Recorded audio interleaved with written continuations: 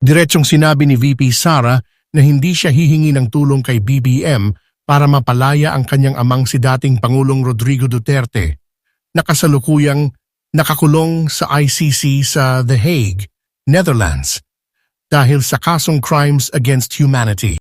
Hindi ko kakasapin si BBM para kay dating Pangulong Duterte dahil ang sa akin is yung ginawa nila na kidnapping ng isang Pilipino sa loob. There's no going back sa ganun, ma'am.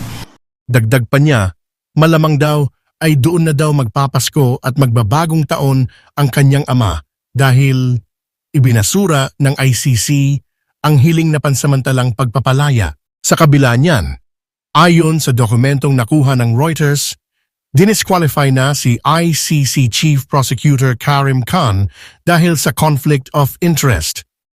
Pero para kay VP Sara, hindi mahalaga kung sino ang prosecutor. Ang punto niya, pare-pareho lang ang proseso, ang laban ay nakasalalay sa paghahanda ng depensa ni Duterte. Prosecution naman kasi hindi mahalaga kung sino yung prosecutor kasi pareho lang din naman talaga yung gagawin nila na pag-iimbestiga, pareho lang din yung gagawin nila na case build up, no. So ang mahalaga talaga is ang preparation ng defense team ni dating Pangulong Rodrigo Duterte sa lahat ng mga posibleng ilabas na witnesses at ebidensya ng prosecution. Bukod sa issue sa ICC, hindi rin pinalampas ni VP Sara ang patama mula sa palasyo.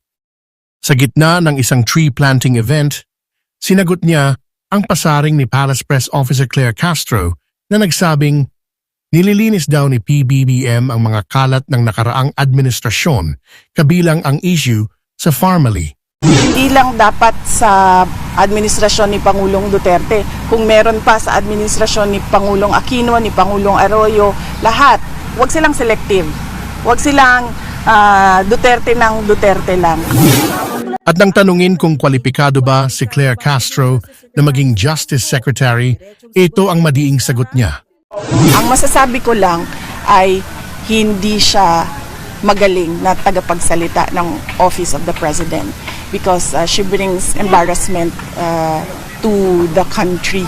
Nagdadala yun ng kahihiyan sa bayan. Pero hanggang ngayon, wala pang bagong tugon mula kay Castro. Pero dati na niyang itinanggi na lilipat siya sa DOJ bilang kapalit ni Boying Remulla. Mga kababayan, lumilinaw na ang banggaan sa pagitan ng Marcos at Duterte camp mula MCC hanggang Farmally hanggang posisyon sa gabinete. Ang tanong ngayon, ito ba ay pampublikong drama o simula ng tuluyang pagputok ng alyansa?